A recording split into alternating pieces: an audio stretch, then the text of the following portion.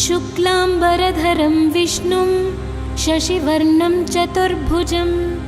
प्रसन्नवदनं ध्यायेत् सर्वविघ्नोपशान्तये। यस्य द्विरदवक्त्राद्याः पारिषद्याः परशतं विघ्नं निघ्नन्ति सततं विश्वक्सेनं तमाश्रये। व्यासं वसिष्ठनप्तारं शक्तेः पौत्रमकल्मषं पराशरात्मजं वन्दे शुकतातं तपोनिधिं। व्यासाय विष्णुरूपाय व्यासरूपाय विष्णवे नमो वै ब्रह्मनिधये वासिष्ठाय नमो नमः। अविकाराय शुद्धाय नित्याय परमात्मने सदैकरूपरूपाय विष्णवे सर्वजिष्णवे। यस्य स्मरणमात्रेण जन्मसंसारबन्धनात् विमुच्यते। नमस्तस्मै विष्णवे प्रभविष्णवे। ॐ नमो विष्णवे प्रभविष्णवे। श्रुत्वा धर्मानशेषेण पावनानि च सर्वशः युधिष्ठिरः शान्तनवं पुनरेवाभ्यभाषत। किमेकं दैवतं लोके किं वाप्येकं परायणं स्तुवन्तः कं कमर्चन्तः प्राप्नुयुर्मानवाः शुभम्। को धर्मः सर्वधर्माणां भवतः परमो मतः। किं जपन्मुच्यते जन्तुर्जन्म संसारबन्धनात्। जगत्प्रभुं देवदेवमनन्तं पुरुषोत्तमम् स्तुवन्नाम सहस्रेण पुरुषः सततोऽधितः। तमेव चार्चयन् नित्यं भक्त्या पुरुषमव्ययम् ध्यायन् स्तुवन् नमस्यंश्च यजमानस्तमेव च। अनादिनिधिनं विष्णुं सर्वलोकमहेश्वरं लोकाध्यक्षं स्तुवन् नित्यं सर्वदुःखातिगो भवेत्। ब्रह्मण्यं सर्वधर्मज्ञं लोकानां कीर्तिवर्धनं लोकनाथं महाद्भुतं सर्वभूतभवोद्भवम्। येष मे सर्वधर्माणां धर्मोऽधिकतमो मतः। यद्भक्त्या पुण्डरीकाक्षं स्तवैरर्चेन्नरः सदा। परमं यो महत्तेजः परमं यो महत्तपः परमं यो महद्ब्रह्म परमं यः परायणं। पवित्राणां पवित्रं यो मङ्गलानां च मङ्गलं दैवतं देवतानां च भूतानां यो व्ययः पिता। यतः सर्वाणि भूतानि भवन्त्यादियुगागमे यस्मिंश्च प्रलयं यान्ति पुनरेव युगक्षये। तस्य लोकप्रधानस्य जगन्नाथस्य भूपते विष्णोर्नाम सहस्रं मे शृणु पापभयापहम्। यानि नामानि गौणानि विख्यातानि महात्मनः ऋषिभिः परिगीतानि तानि वक्ष्यामि भूतये। ऋषिर्नाम सहस्रस्य वेदव्यासो महामुनिः छन्दोनुष्टुप् तथा देवो भगवान् देवकीसुतः। अमृतांशूद्भवो बीजं शक्तिर्देवकीनन्दनः। त्रिसामा हृदयं तस्य शान्तर्थे विनियुज्यते। विष्णुं जिष्णुं महाविष्णुं प्रभविष्णुं महेश्वरम् अनेकरूपदैत्यान्तं नमामि पुरुषोत्तमम्। अस्य श्रीविष्णोर्दिव्यसहस्रनामस्तोत्रमहामन्त्रस्य श्रीवेदव्यासो भगवान् ऋषि अनुष्टुप् छन्दः। श्रीमहाविष्णुः परमात्मा श्रीमन्नारायणो देवता। अमृतांशूद्भवो भानुरिति बीजम् देवकीनन्दनः स्रष्टेति शक्तिः उद्भवक्षोभणो देव इति परमो मन्त्रः शङ्खभृन्नन्दकी चक्रेति कीलकम् शाज्गधन्वा गदाधर इत्यस्त्रम् रथाङ्गपाणिरक्षोभ्य इति नेत्रम् त्रिसामा सामगः सामेति कवचम् आनन्दं परब्रह्मेति योनिः ऋतुः सुदर्शनः काल इति दिग्बन्धः श्रीविश्वरूप इति ध्यानम् श्रीमहाविष्णुप्रीत्यर्थे श्रीसहस्रनामजपे विनियोगः क्षीरोधन्वत्प्रदेशे शुचिमणिविलसत्सैकते मौक्तिकानां माला क्लुप्ता सनस्ता स्फटिकमणिनिभैर्मौक्तिकैर्मण्डिताङ्गा शुभ्रैरभ्रैरदभ्रैरुपरि विरचितैर्मुक्तपीयूषवर्षैः आनन्दीना पुनीयादरिनलिना गदाशङ्खपाणिर्मुकुन्दः यदसुरनिलश्चन्द्रसूर्यौतनेत्रे कर्णावाशा शिरोद्यौर्मुखमपि दहनो यस्य वास्तेयमब्धि अन्तःस्थं यस्य विश्वं सुरनरखगो बोधिगन्धर्वदैत्ये चित्रं रम्यते तं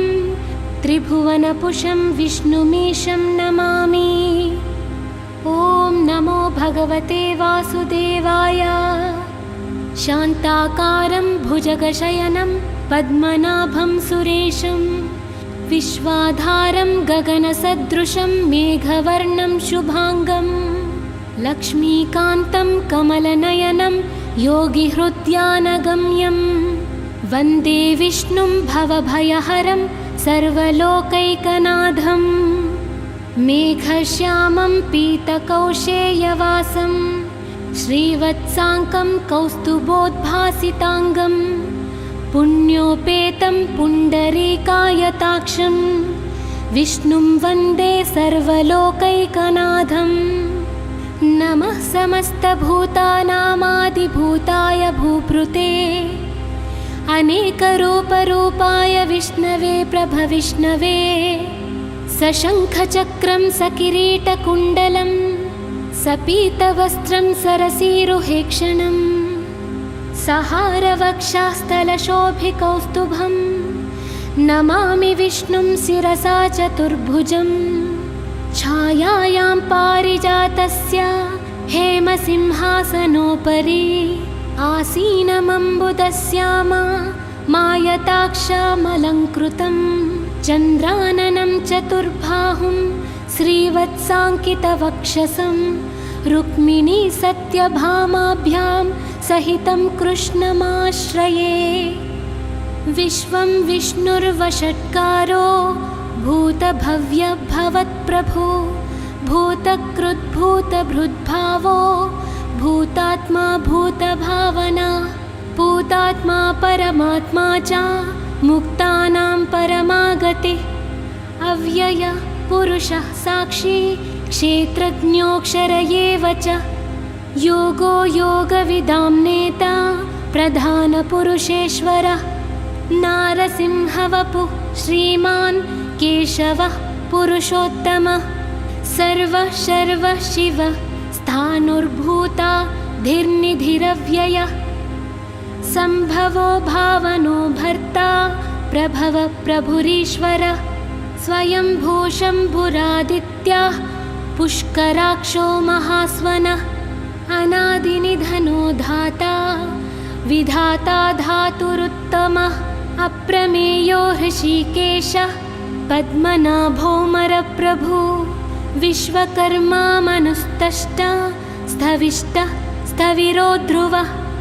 अग्राह्यः शाश्वतः कृष्णो लोहिताक्ष प्रतर्दनः प्रभूतस्त्रीककुद्धामा पवित्रं मङ्गलं परम् ईशानः प्राणदः प्राणो ज्येष्ठः श्रेष्ठः प्रजापति हिरण्यगर्भो भूगर्भो माधवो मधुसूदन ईश्वरो विक्रमी धन्वी मेधावी विक्रमः क्रमः अनुत्तमो दुराधर्षः कृतज्ञः कृतिरात्मवान् सुरेशः शरणं शर्मा विश्वरेताः प्रजाभवः अहः संवत्सरो व्याळः प्रत्ययः सर्वदर्शनः अजः सर्वेश्वरः सिद्धः सिद्धिसर्वादिरच्युतः वृषा कपिरमेयात्मा सर्वयोगविनिःसृतः वसुर्वसुमना सत्या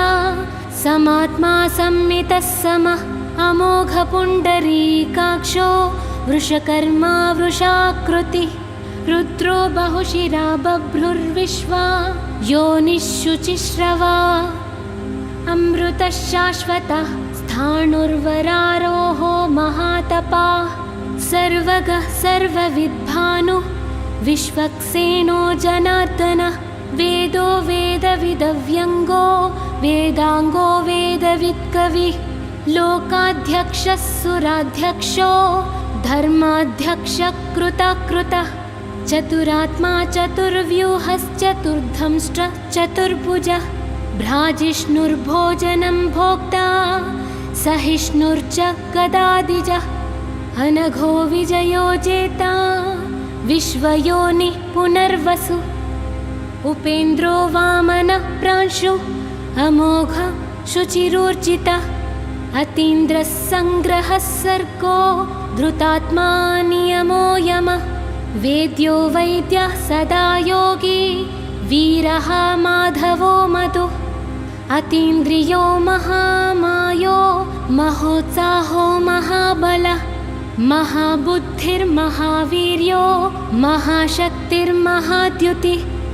अनिर्देश्य वपुः श्रीमान् अमेयात्मा महाधृतृत् महेश्वासो महीभर्ता श्रीनिवासः सतां गतिः अनिरुद्धासुरानन्दो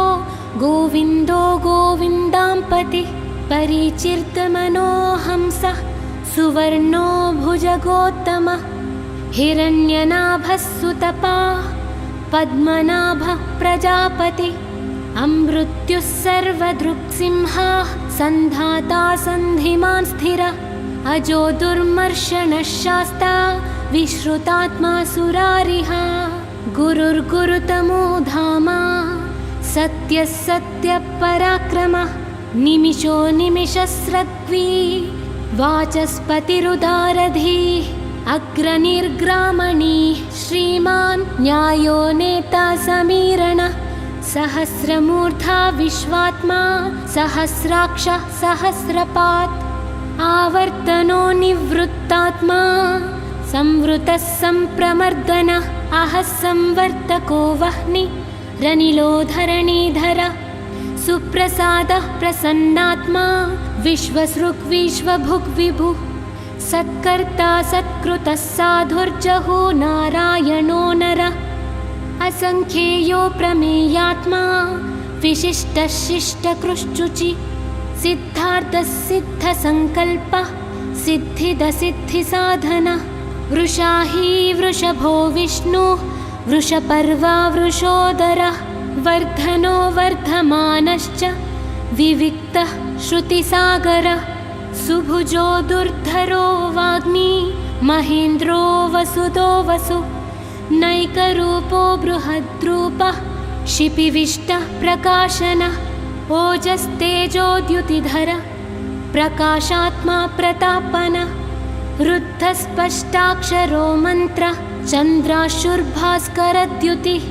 अमृतांशुद्भवो भानो शशबिन्दुः सुरेश्वरः औषधं जगतः सेतुः सत्यधर्म पराक्रमः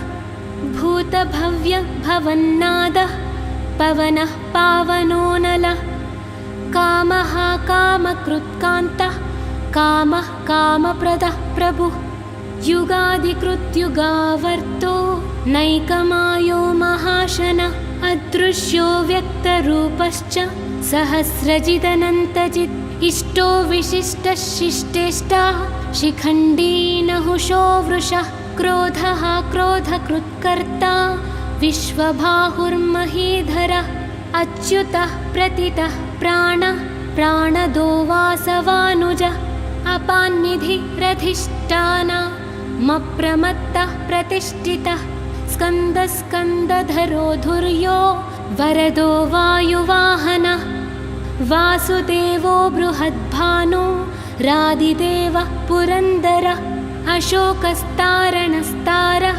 शूरः शौरिर्जनेश्वरः अनुकूलः शतावर्तः पद्मी पद्मनिभेक्षणः पद्मनाभोरविन्दाक्षः पद्मगर्भः शरीरभृत् महर्धिर्रुद्धो वृद्धात्मा महाक्षो गरुडध्वजः अतुलः शरभो भीमः समयज्ञो हाविर्हरि सर्वलक्षणलक्षण्यो लक्ष्मीवान् समितिञ्जयः विक्षरो रोहितो मार्गो हेतुर्दामोदरः सहा महीधरो महाभागो वेगवानमिताशनः उद्भवो क्षोभणो देवः श्रीगर्भः परमेश्वरः करणं कारणं कर्ता विकर्ता गहनो गुहः व्यवसायो व्यवस्थानः संस्थानः स्थानदो ध्रुवः परर्तिः परमस्पष्टः तुष्टः पुष्टः शुभेक्षणः रामो विरामो विरतो मार्गो नेयो नयो नयः वीरः शक्तिमतां श्रेष्ठो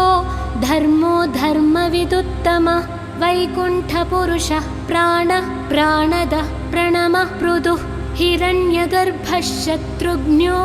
व्याप्तो वायुरधोक्षजः ऋतुः सुदर्शनः कालः परमेष्टि परिग्रहः उग्रः संवत्सरो दक्षो विश्रामो विश्वदक्षिणः विस्तारः स्थावरस्थाणु प्रमाणं बीजमव्ययम् अर्धोऽनर्धो महाकोशो महाभोगो महाधनः अनिर्विण्णः स्थविष्टो भूर्धर्मयूपो महामुखः नक्षत्रनेमिर्नक्षत्री क्षमः क्षामः समीहनः यज्ञयुज्यो महेज्यश्च क्रतुः सत्रं सताङ्गतिः सर्वदर्शी निवृत्तात्मा सर्वज्ञो ज्ञानमुत्तमं सुव्रतः सुमखः सूक्ष्मः सुघोषः सुखदः सुहृत् मनोहरोजितक्रोधो वीरबाहुर्विदारणः स्वापनस्वावशो व्यापी नैकात्मा नैककर्मकृत् वत्सरो वत्सलो वत्सी रत्नगर्भो धनेश्वरः धर्मगुब्धर्मकृद्धर्मी सदक्षरमसक्षरम् अविज्ञाता सहस्रांशुः विधाता कृतलक्षणः गभस्तिनेमिः सत्त्वस्थ सिंहो भूतमहेश्वरः आदिदेवो महादेवो देवेशो देवभृद्गुरुः उत्तरो गोपतिर्गोप्ता ज्ञानगम्यः पुरातनः शरीरभूतभृद्भोक्ता कपीन्द्रो भूरि दक्षिणः सोमपोऽमृतपः सोमः पुरुजित्पुरुषत्तमः विनयोजयः सत्यसन्धो दाशार्हा सात्वतां पतिः जीवो विनयिता साक्षी मुकुन्दोऽमितविक्रमः अम्भोनिधिरनन्तात्मा महोदधीशयोऽन्तकः अजो महर्हा स्वाभावो जीतामृतः प्रमोदनः आनन्दो नन्दनो नन्दः सत्यधर्मात्रिविक्रमः महर्षि कपिलाचार्यः कृतज्ञो मेदिनीपतिः त्रिपदस्त्रिदशाध्यक्षो महाशृङ्गः कृतान्तकृत् महावराहो गोविन्दः सुषेणः कनकाङ्गदी गुह्यो गभीरो गहनो गुप्तश्चक्रगदाधरः वेधास्वाङ्गोजितः कृष्णो दृढः सङ्कर्षणोच्युतः वरुणो वारुणो वृक्षः पुष्कराक्षो महामनः भगवान् भगः नन्दी वनमाली हलायुधः आदित्यो ज्योतिरादित्यः सहिष्णुर्गतिसत्तमः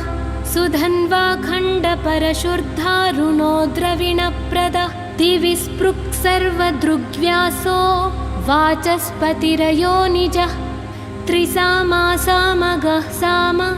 निर्वाणं भेषजं भिषक् सन्न्यासकृच्छमः शान्तो निष्ठा शान्तिः परायणम् शुभांग शान्तिदः स्रष्टा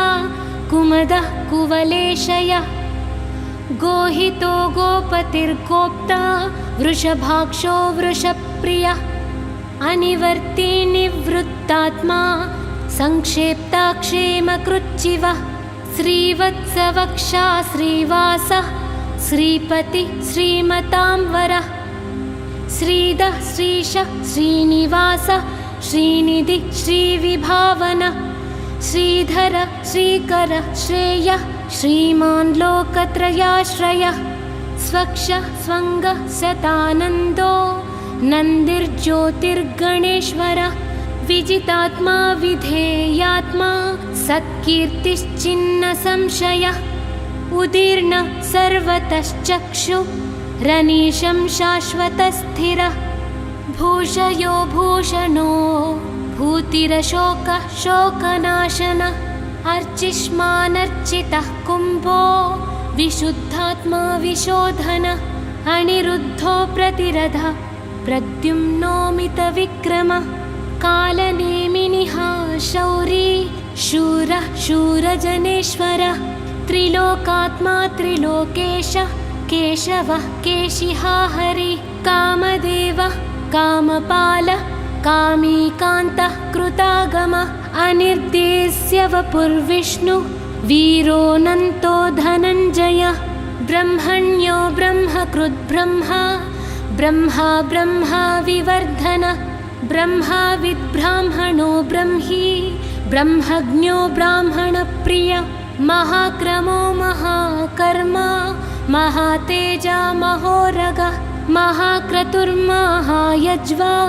महायज्ञो महाहवि स्तव्यस्तवप्रियः स्तोत्रं स्तुतः स्तोतारणप्रियः पूर्णः पूरयिता पुण्यः पुण्यकीर्तिरनामयः मनोजवस्थिर्धकरो वसुरेता वसुप्रदः वसुप्रदो वासुदेवो वसुर्वसुमनाहवि सद्गतिः सत्कृतिः सत्ता सद्भूतिः सत्परायणः सूरसेनो यदुश्रेष्ठः सन्निवासः सुयामुनः भूतावासो वासुदेवः सर्वासुनिलयो नलः दर्पः दर्पदो दृप्तो दुर्धरोधापराजितः विश्वमूर्तिर्महामूर्तिः दीप्तिमूर्तिरमूर्तिमान् अनेकमूर्तिरव्यक्तः शतमूर्तिः शताननः एकोनैकः सवः कः किं यत्तत्पदमनुत्तमम् लोकबन्धुर्लोकनाथो माधवो भक्तवत्सलः सुवर्णवर्णो हेमाङ्गो पराङ्गश्चन्दनाङ्गदी वीरः विषमः शून्यो घृताशीरचलश्चलः अमानी मानदो मान्यो लोकस्वामी त्रिलोकधृत् समेधा मेधजो धन्यः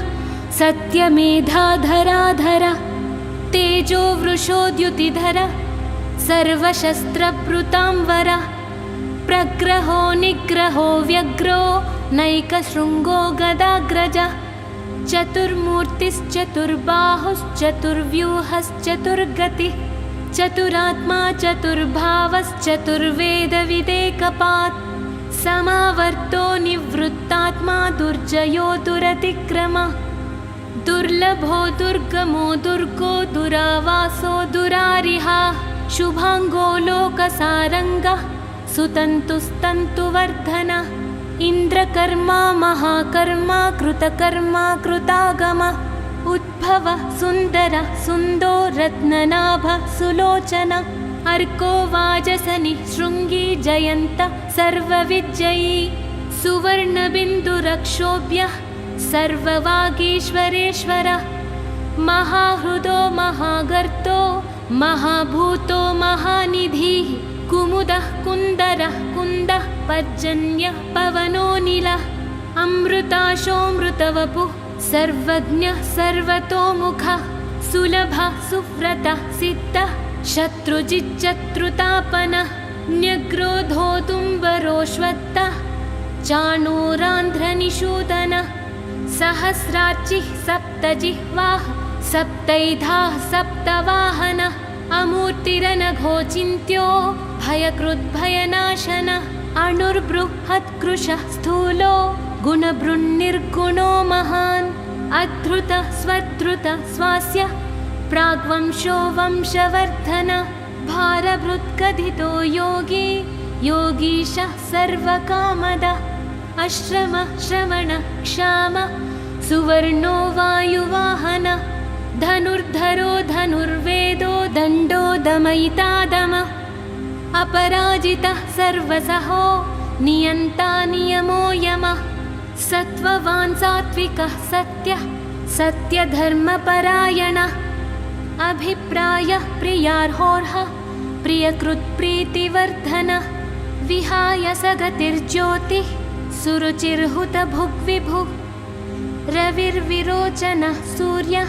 सवितारविलोचनः अनन्तहुतभुग्भोक्ता सुखदो नैकदोऽग्रजः अनिर्विण्णः सदामर्षि लोकाधिष्ठानमद्भुतः सनातनतमः कपिलः कपिरव्ययः स्वस्तिदः स्वस्तिकृत् स्वस्ति स्वस्तिबुक् स्वस्ति दक्षिणः अरौद्रः कुण्डलीचक्री विक्रम्यूर्जितशासनः शब्दातिगः शब्दसः शिशिरः शर्वरीकरः अक्रूरः पेशलो दक्षो दक्षिणः क्षमिणाम्बरः विद्वत्तमो वीतभयः पुण्यश्रवणकीर्तनः उत्तारणो दुष्कृतिः पुण्यो दुःस्वप्ननाशनः वीरः रक्षणः सन्तो जीवनः पर्यवस्थितः अनन्तरूपोऽनन्तश्रीर्जितमन्युर्भयापहः चतुरस्रो गभीरात्मा विदिशो व्यादिशो दिशः अनादिर्भूर्भुवो लक्ष्मी सुवीरो रुचिराङ्गदः जननो जनजन्मादिः भीमो भीमपराक्रमः आधारनिलयो धाता पुष्पहासः प्रजागरः ऊर्ध्वगः सप्तधाचारः प्राणदः प्रणवः पणः प्रमाणं प्राणनिलयः प्राणधृत् प्राणजीवनः तत्त्वं तत्त्वविदेकात्मा जन्म मृत्युजरातिगः भूर्भुवः स्वस्तरुस्तारः सविता प्रपितामहः यज्ञो यज्ञपतिर्यज्वा यज्ञाङ्गो यज्ञवाहनः यज्ञभृत्यज्ञकृद्यज्ञी यज्ञभुग्यज्ञसाधनः यज्ञान्तकृद्यज्ञगुह्यामन्नमन्नादयेव च आत्मयोनिः स्वयं जातो वैखानः सामगायनः देवकीनन्दनः स्रष्टा क्षितीशः पापनाशनः शङ्खबृन्नन्दकी चक्री शार्ङ्गधन्वा गदाधरः रथाङ्गपाणिरक्षोभ्यः सर्वप्रहरणायुधः श्रीसर्वप्रहरणायुधः ॐ नमः इति वनमाली गदेशार्ङ्गी शङ्खी चक्री च नन्दकी श्रीमान्नारायणो विष्णुर्वासुदेवोऽभिरक्षतु श्रीवासुदेवोऽभिरक्षतु ॐ नमः इतीदं कीर्तनीयस्य केशवस्य महात्मनः नाम्नां सहस्रं दिव्यानामशेषेण प्रकीर्तितं य इदं शृणुयान्नित्यं यश्चापि परिकीर्तयेत् नाशुभं प्राप्नुयात् किञ्चित् सोमुत्रेह च मानवः वेदान्तगो ब्राह्मणः स्यात् क्षत्रियो विजयी भवेत् वैश्यो धनसमृद्धः स्वाच्छूद्रसुखमवाप्नुयात् धर्मार्थी प्राप्नुयात् धर्ममर्थार्थी चार्धमाप्नुयात् कामानवाप्नुयात् कामी प्रजार्थी चाप्नुयात् प्रजाः भक्तिमान् यः सदोद्धाय शुचिस्तद्गतमानसः सहस्रं वासुदेवस्य नाम्नामेतत् प्रकीर्तयेत् यशः प्राप्नोति विपुलं ज्ञातिप्राधान्यमेव च अचलां श्रियमाप्नोति श्रेयः प्राप्नोत्यनुत्तमं न भयं क्वचिदाप्नोति वीर्यं तेजश्च विन्दति भवत्यरोगो द्युतिमान् बलरूपगुणान्वितः रोगार्तो मुच्यते रोगात् बद्धो मुच्येत बन्धनात् भयान्मुच्येत भीतस्तु मुच्येतापन्न आपदः दुर्गान्यतितरत्याशु पुरुषः पुरुषोत्तमं स्तुवन्नाम सहस्रेण नित्यं भक्तिसमन्वितः वासुदेवाश्रयो मर्त्यो वासुदेवपरायणः सर्वपापविशुद्धात्मा याति ब्रह्म सनातनम् न वासुदेवभक्तानामशुभं विद्यते क्वचित् जन्म मृत्युजराव्याधिभयं नैवोपजायते इमं स्तवमधीयानः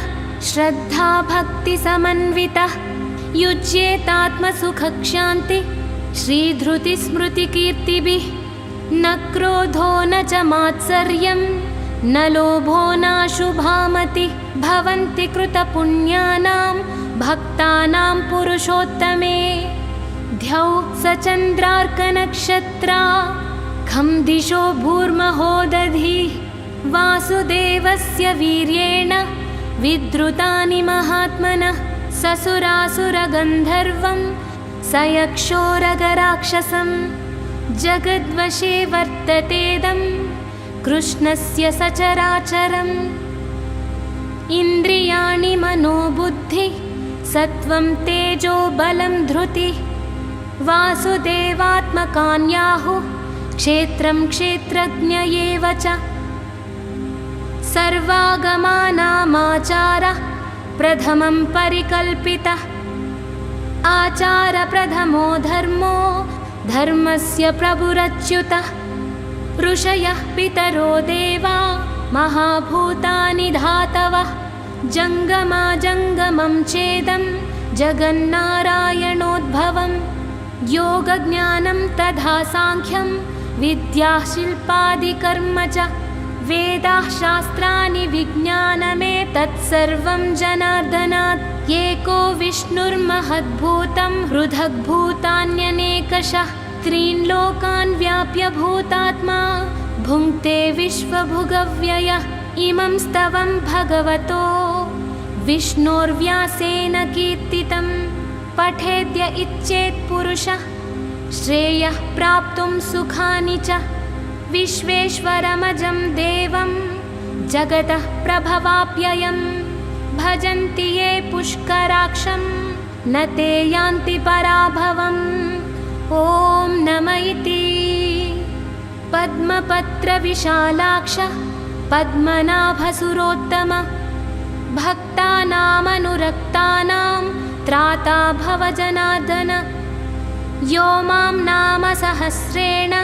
स्तोतुमिच्छति पाण्डव सोऽहमेकेन श्लोकेन स्तुत एव न संशयः ॐ नम इति वासनाद्वासुदेवस्य वासितं ते जगत्त्रयं सर्वभूतनिवासोऽसि वासुदेव नमोऽस्तु ते श्रीवासुदेव नमोऽस्तु ते ॐ नम इति केनोपायेन लघुना विष्णोर्नाम सहस्रकं पठ्यते पण्डितैर्नित्यं श्रोतुमिच्छाम्यहं प्रभो श्रीराम राम रामेति रमे रामे मनोरमे सहस्रनाम तत्तुल्यं रामनाम वरानने श्रीराम नाम वरानना ॐ नम इति नमोऽस्त्वनन्ताय सहस्रमूर्तये सहस्रपादाक्षि शिरोरुबाहवे सहस्रनाम्ने पुरुषाय शाश्वते सहस्रकोटियुगधारिणे नमः सहस्रकोटियुगधारिण ॐ नम इति यत्र योगेश्वरः कृष्णो यत्र पार्थो धनुर्धरः तत्र श्रीर्विजयो भूतिर्धुवानीतिर्मतिर्मम अनन्याश्चिन्तयन्तो मां ये जनाः पर्युपासते तेषां नित्याभियुक्तानां योगक्षेमं वहाम्यहम् परित्राणाय साधूनां विनाशाय च दुष्कृतां धर्मसंस्थापनार्थाय सम्भवामि युगे युगे आर्ता विषन्नाः शिथिलाश्च भीताः घोरेषु च व्याधिषु वर्तमानाः संकीर्त्य नारायणशब्दमात्रं विमुक्तदुःखाः सुखिनो भवन्ति कायेन वाचा मनसेन्द्रियैर्वा बुद्ध्यात्मना वा प्रकृते स्वभावात् करोमि यद्यत् सकलं परस्मै नारायणायेति समर्पयामि इति श्री विष्णुसहस्रनामस्तोत्रं समाप्तम्।